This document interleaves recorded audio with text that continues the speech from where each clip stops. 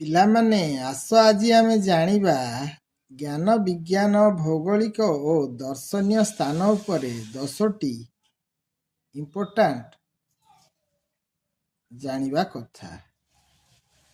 ତାହେଲେ ପ୍ରଥମେ ଆମେ କ'ଣ ଜାଣିବା ନା ସୂର୍ଯ୍ୟ ଉଦୟର ଦେଶ କାହାକୁ କହନ୍ତି? ସୂର୍ଯ୍ୟ ଉଦୟର ଦେଶ କାହାକୁ କହନ୍ତି? କିଏ କହିବ? ସୂର୍ଯ୍ୟ ଉଦୟର ଦେଶ ହେଉଛି ଜାପାନ। ଦ୍ୱିତୀୟ ପ୍ରଶ୍ନ ହେଉଛି ରୁଷିଆର ଶସ୍ୟ ଭଣ୍ଡାର କାହାକୁ କୁହାଯାଏ?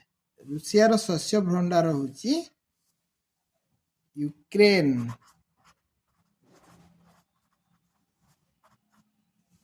ତୃତୀୟ ପ୍ରଶ୍ନ ହେଉଛି ପୃଥିବୀର ଛାତ କାହାକୁ କୁହାଯାଏ?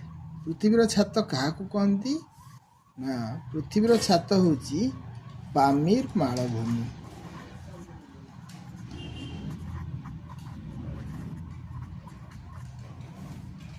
ଚତୁର୍ଥ ପ୍ରଶ୍ନ ହେଉଛି ଆଲୋକ ସୂର୍ଯ୍ୟଠାରୁ ଆସି ପୃଥିବୀରେ ପହଞ୍ଚିବାକୁ କେତେ ସମୟ ନିଏ? ଆଲୋକର ଗତି ସୂର୍ଯ୍ୟଠାରୁ ଆସି ପୃଥିବୀ ଉପରେ ପଡ଼ିବା ପାଇଁ କେତେ ସମୟ ଟାଇମ୍ ନିଏ? ଉତ୍ତର ହେଉଛି 8 ମିନିଟ୍ 19 ସେକେଣ୍ଡ। 8 minute 19 second. ପାଞ୍ଚ ନମ୍ବର ପ୍ରଶ୍ନ ହେଉଛି ପ୍ରତିବର୍ଷ ଗଙ୍ଗାସାଗର ମେଳା କେଉଁଠାରେ ହୋଇଥାଏ? ପ୍ରତିବର୍ଷ ଗଙ୍ଗାସାଗର ମେଳା କଲିକତା ଠାରେ ହୋଇଥାଏ।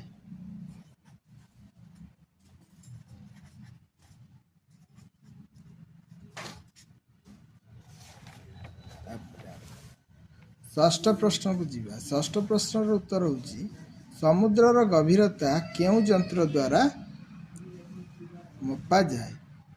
ସମୁଦ୍ରର ଗଭୀରତା ପାଥାମିଟର ଦ୍ୱାରା ମପାଯାଏ। ପାଥାମିଟର। ଉଦ୍ଯାନ କିଏ ଆବିଷ୍କାର କରିଥିଲେ? ସପ୍ତମ ପ୍ରଶ୍ନ ହେଉଛି ଉଦ୍ଯାନ କିଏ ଆବିଷ୍କାର କରିଥିଲେ? ଉଦ୍ଯାନ ଆବିଷ୍କାର କରିଥିଲେ କ୍ୟାଭେଣ୍ଡିସ୍।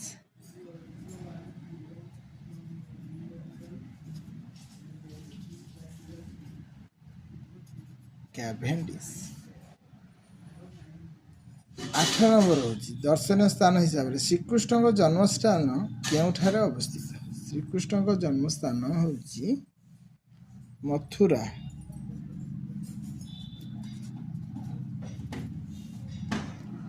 ନଅ ନମ୍ବର ପ୍ରଶ୍ନ ହେଉଛି ଗଙ୍ଗାର ଉତ୍ପତ୍ତି